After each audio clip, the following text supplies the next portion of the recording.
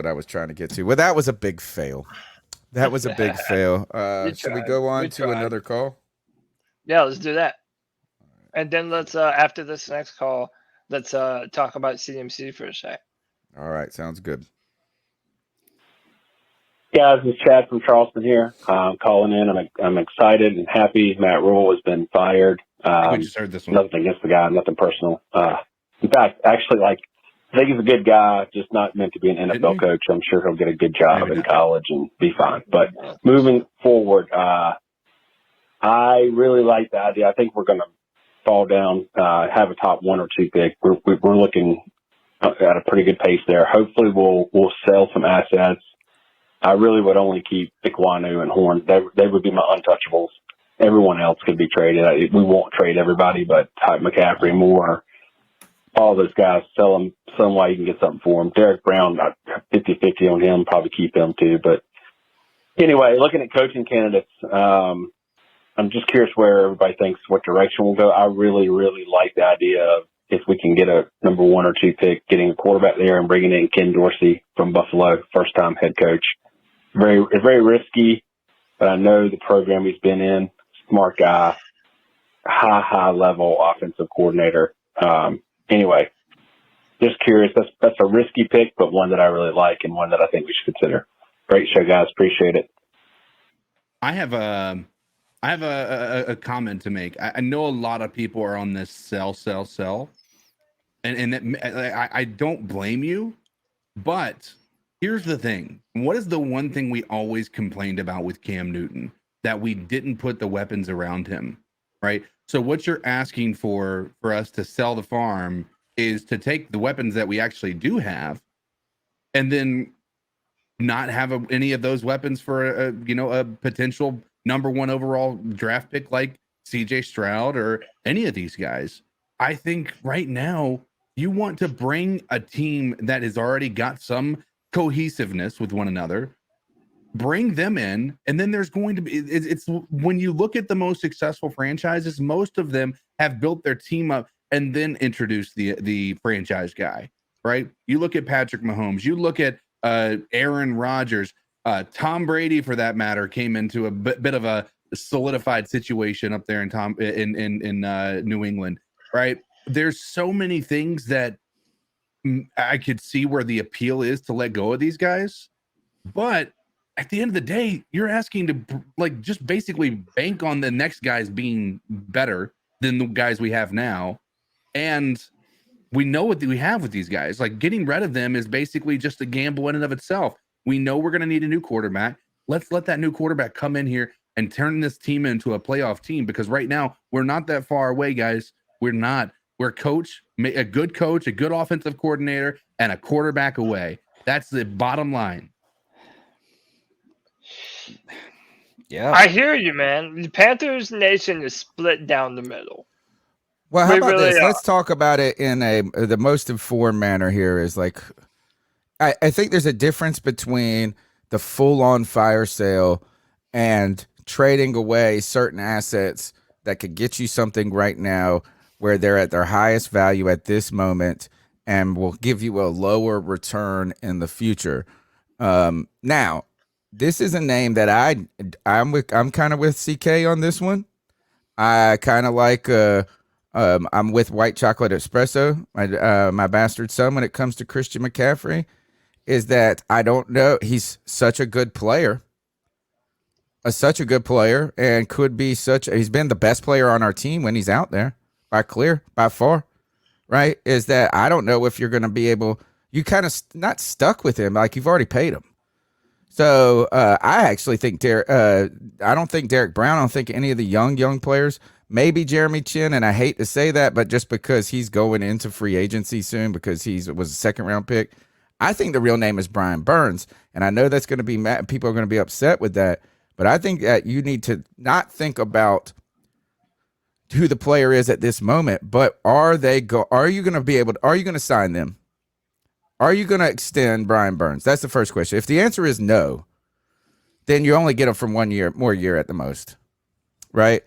If the answer is yes, the next question is, will he sign here? And will you have to overpay him to keep him here because there are more attractive destinations. But let's talk about this Christian McCaffrey and who is the most tradable. Right now, there's some odds about who would be most interested in trading for Christian McCaffrey. Greg's Buffalo Bills are at the top. I would thought this was surprising. Miami Dolphins, 5-1 favorites. What do you think about this list, Cody? I mean, listen, the Buffalo Bills to me are the best possible destination for Christian McCaffrey, and I still hope that if it does happen, that's who it's for. I think you're talking about a late first round pick, and let's be real, that's all the Panthers are going to get. I mean, that's really all the Panthers are going to get. I'm about to read you all this thread that comes from Charles Robinson. He's an NFL executive. You probably know him. He's the voice on Madden. I mean, this guy he's done it all. I believe this is the same Charles Robinson. But this is about Christian McCaffrey and everything going on surrounding his trade. A handful of teams are interested, but not pushing hard yet to deal for McCaffrey. The interest has been more of a checking in with Carolina after the initial Bills report to see if he's actually getting shopped. At the moment, the Panthers are in listening mode with CMC. The whole Bills deal with McCaffrey stemmed back to when Buffalo called about him in the offseason, but that never went anywhere, and it was totally dead until this point in the season. The Bills are in more of a monitoring mode than anything, a call us mode. In terms of the franchises interested in McCaffrey, I'm told it's teams that are running back away from either being complete or being a Super Bowl contending team in 2022. Bills are interested but slow playing it. I believe the 49ers are firmly in that mix too. Compensation-wise, now this is the interesting thing to me. Compensation-wise for McCaffrey, I think multiple first-rounders chatter is a reflection of what Panthers owner David Tepper would like, but not what the market is. I don't believe any team would surrender 2 firsts. Maybe a first-rounder plus another pick or assets is possible. To be clear, the Panthers aren't looking to tear down, fire sale, like what you said, Tony. They'll likely deal a player or two that were rule guys, but want to keep this young core together, especially on defense. They also believe McCaffrey is a helpful player for whatever the future coach / young quarterback is. I think the Panthers deal McCaffrey if trade yields assets that helps the team land one of the elite quarterback prospects in the 2023 draft. If dealing CMC doesn't produce enough capital to help with that, likely including a first rounder, he likely sticks in Carolina past the deadline. To answer a question, yes, I think from the right team, McCaffrey can draw a first rounder. Remember, most teams have 14 to 15 first round grades in the draft. The teams are going after McCaffrey are aiming to win a Super Bowl and pick late in the first. Teams don't have 32 first round grades. So that was a mouthful, but there's a lot of truth to that. And in that, I think that David Tepper is probably a part of the inflation of Christian McCaffrey's worth, trying to make sure that he has, enough recompensation. If you're going to give the most popular on the characters, and then on top of that, they said they want to keep the defensive core intact, which is smart. And that makes sense to me. Right. I mean, you got time on Derek Brown. He's fine. Like, you don't want to just let these players get good and then move them away. You're like in the prime of Derek Brown, team.